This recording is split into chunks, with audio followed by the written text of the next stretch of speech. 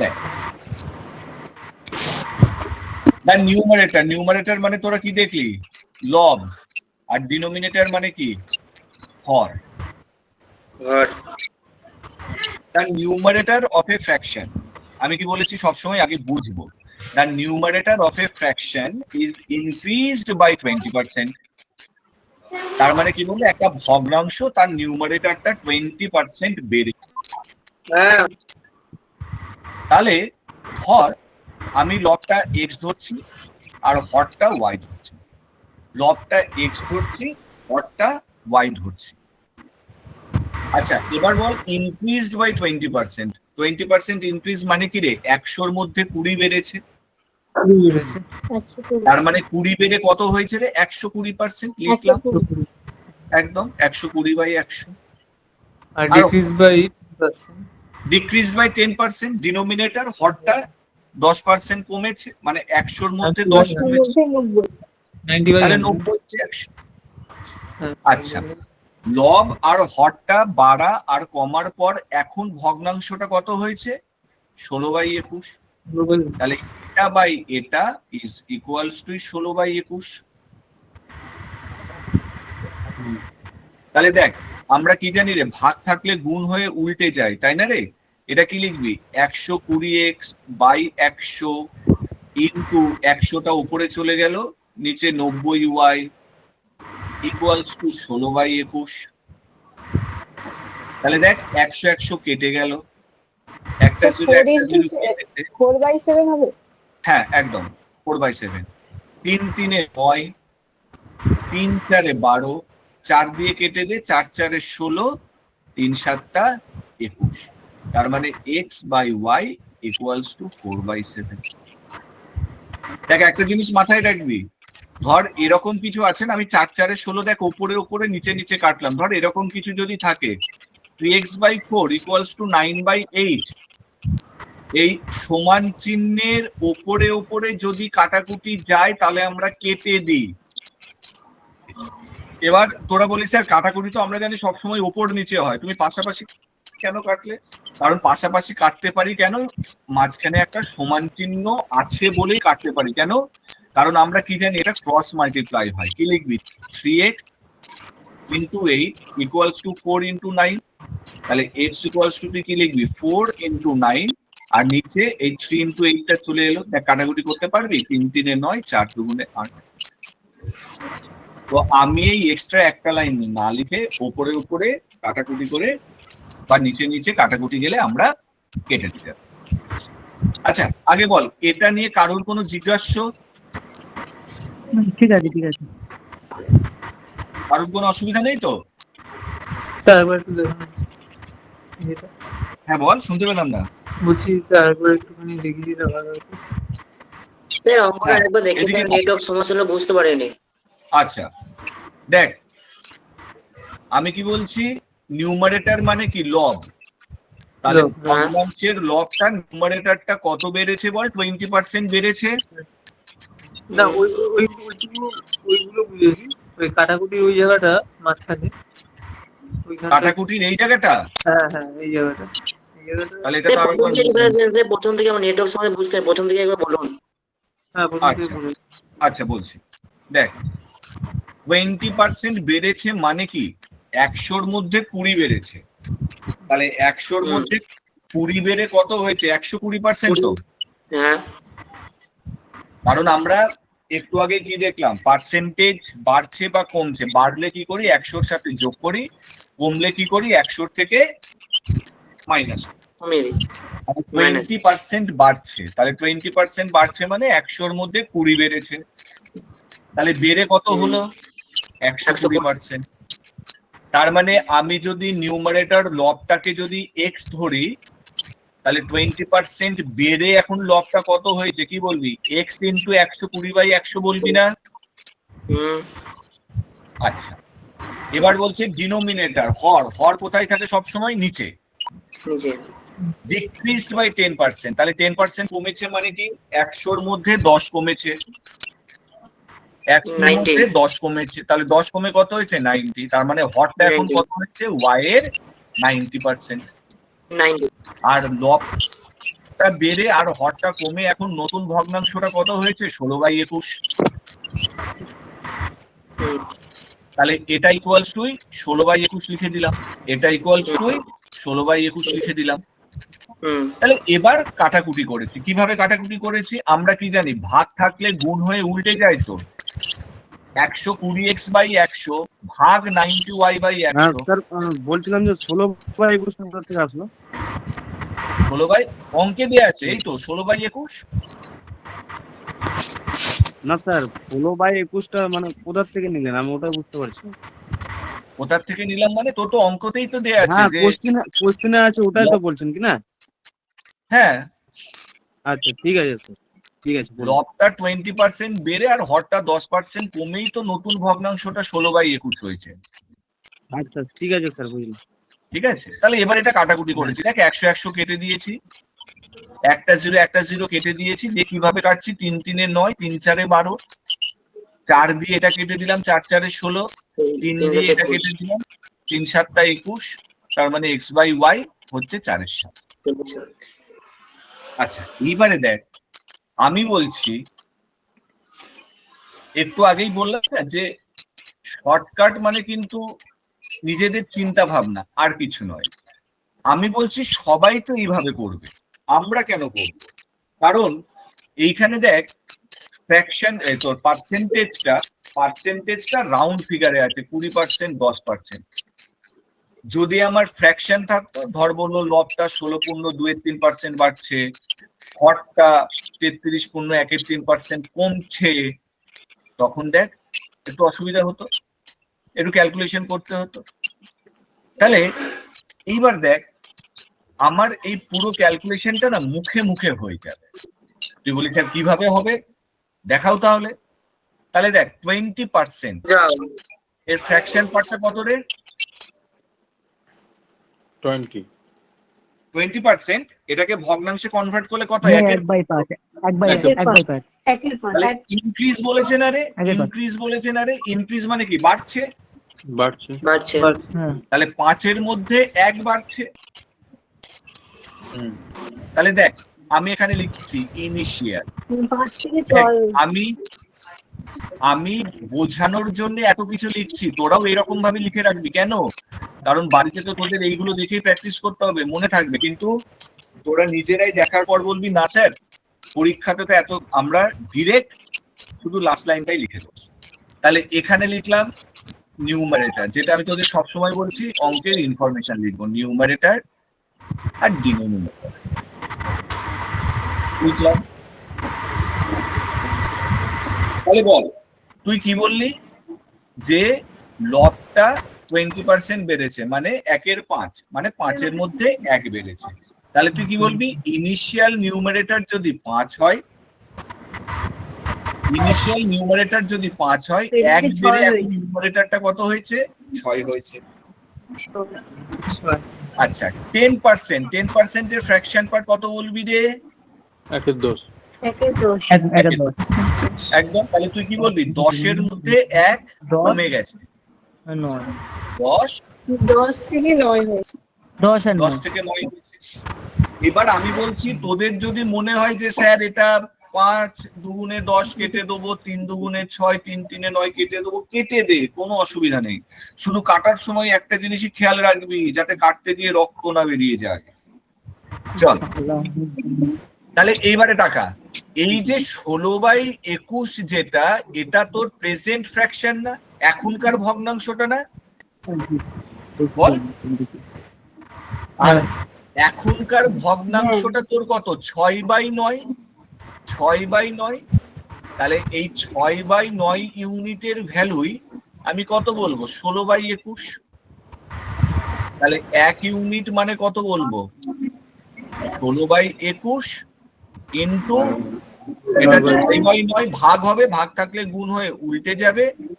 আর ইনিশিয়ালটা বার করতে বলেছে, অরিজিনাল ভগ্নাংশটা কত রে? লব 5 হর 10। তাহলে 5/10 মানে কত? তাহলে 16/21 ইন্টু 9/6 ইন্টু 5/10। তাহলে 5 দুগুণে 10, 2 8 16, 3 3 9, 3 2 6, 2 4 8, 3 7 4। একদম। তাহলে দেখ আমি তোকে যেটা বলছি এই জিনিসটা, এই যে পার্সেন্টেজকে ফ্র্যাকশনে কনভার্ট করে initial ratio present ratio, initial ratio present ratio আমি বার করে নিলাম। তাহলে তোরা ওই যে যেটা বললাম কাটাকুটি করে ছোট করতে চাস তো করে নে, 1 এর 2 আর এটা 2 এর 3। দেখ তো তুই শুধু এই লাস্ট লাইনটা লিখবি, তুই এই পুরো ক্যালকুলেশনটা তোর মাথায় হয়ে গেল।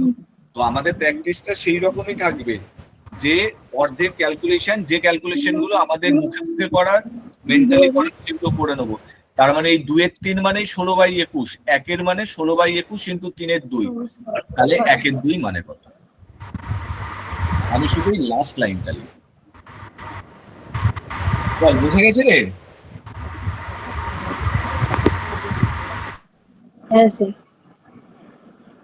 চল পরেরটাই যাই।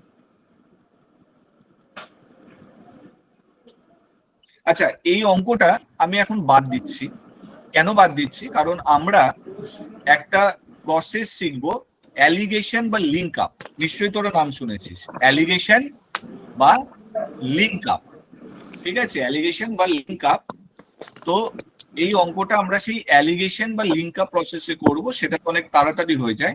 তো আমরা যখন অ্যালিগেশন চ্যাপ্টারটা, অ্যালিগেশনটা শিখবো তখন আমরা করব। বাট এটা এখন আমি বাদ দিলাম। কেমন? এটাকে আমি আর এক্সপেক্ট ধরে ওই ব্রড ক্যালকুলেশন করে আর দেখালাম না। আমরা লিঙ্ক আপে এই অঙ্কটা করব যখন আমরা অ্যালিগেশন বা লিঙ্ক আপটা শিখব। ঠিক আছে, চল।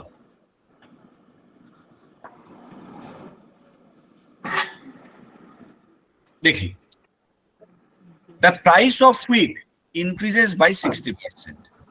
ব্যাস, পরের লাইনে আর যাবেই না। আমি সবসময় কি বলেছি, একটা একটা করে সেন্টেন্স করব, তার মানে করব, প্রত্যেকটা সেন্টেন্স, প্রত্যেকটা word. The price of, sir একটা কথা বলার ছিল। বল বল। বলছি স্যার, এই অঙ্কগুলো কি বাংলাতে লেখা কি নেই বা হবে না না?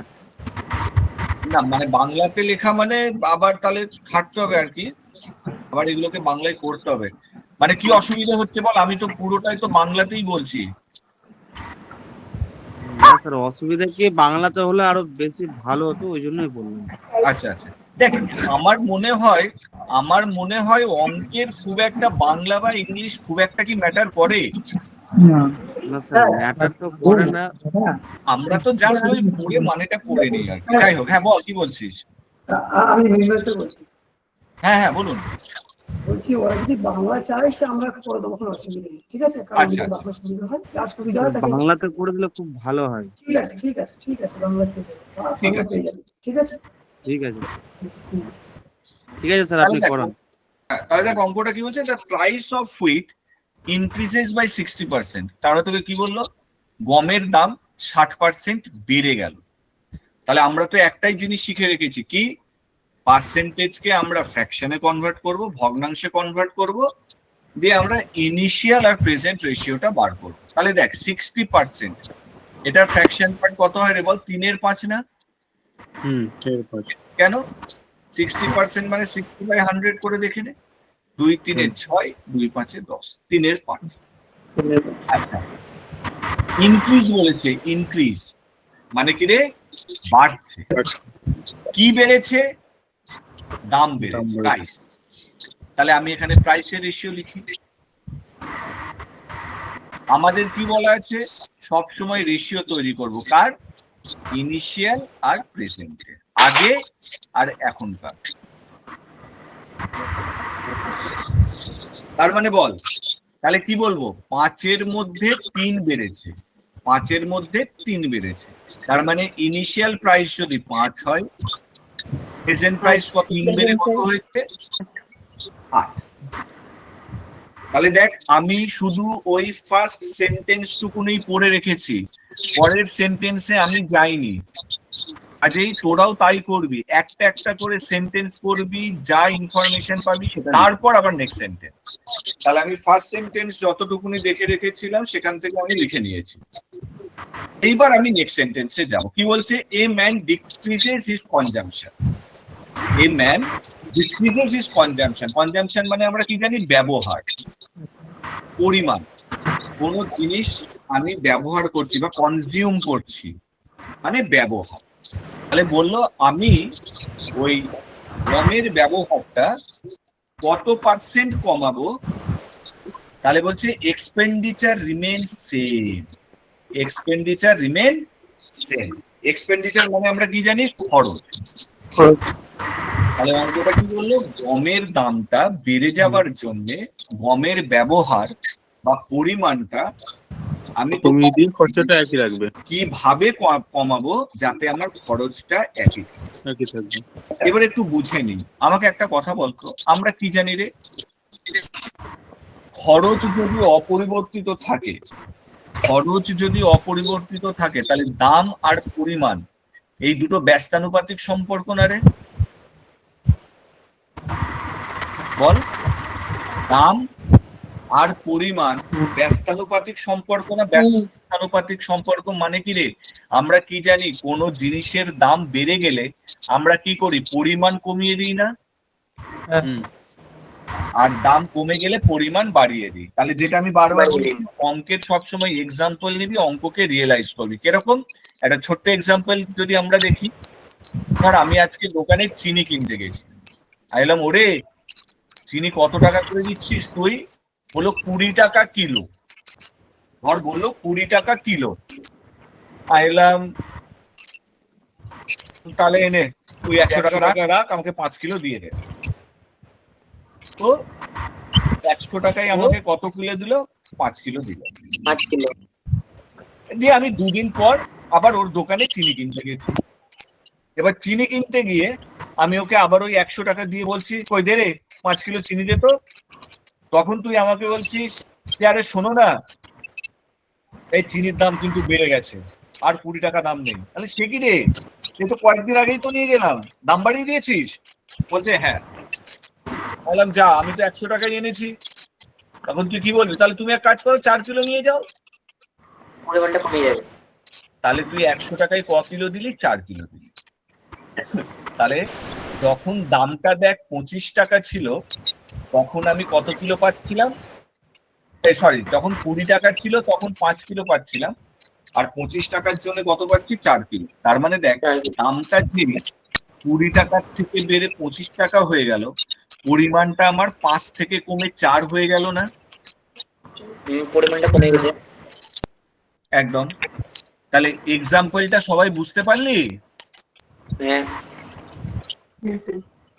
তাহলে আমার বলার বক্তব্য হচ্ছে এই জিনিসটাই, অঙ্ককে সবসময় রিয়েলাইজ করবি, ভাববি, মানে এক্সাম্পল। তাহলে দেখ, তাহলে আমি এরকম লিখতে পারি, এটাতে আমরা পরে আসছি, প্রাইস রেশিও যদি A/B হয়, প্রাইস রেশিও যদি A/B হয়, তাহলে কোয়ান্টিটি, পরিমাণের রেশিও কি দেখলাম? ব্যস্তানুপাতিক। হ্যাঁ রে, ব্যস্তানুপাতিক একদম উল্টে যাওয়া। ব্যস্তানুপাতিককে আমরা কিভাবে লিখি? উল্টে যাওয়া। তার মানে A কে উল্টালে কি পাই?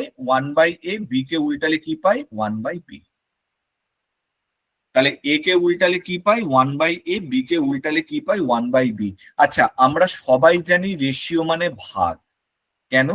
ধর আমরা যখন এরকম একটা রেশিও লিখি 10:25, তার মানে সেটাকে আমরা কি বলি? 10/25 বলি না?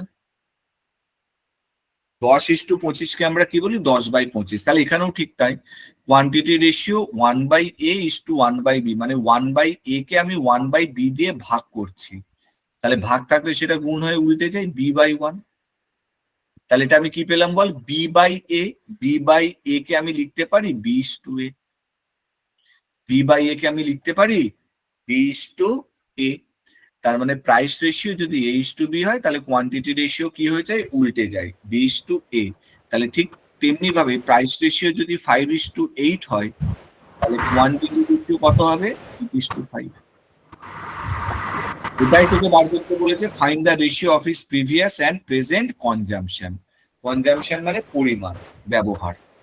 তাহলে তার পরিমাণ বা ব্যবহারের অনুপাতটা কত হবে? 8:5। বল, সবাই মিলে একটু বল, ক্লিয়ার কিনা? হ্যালো, হ্যাঁ স্যার হ্যাঁ স্যার হ্যাঁ স্যার ঠিক আছে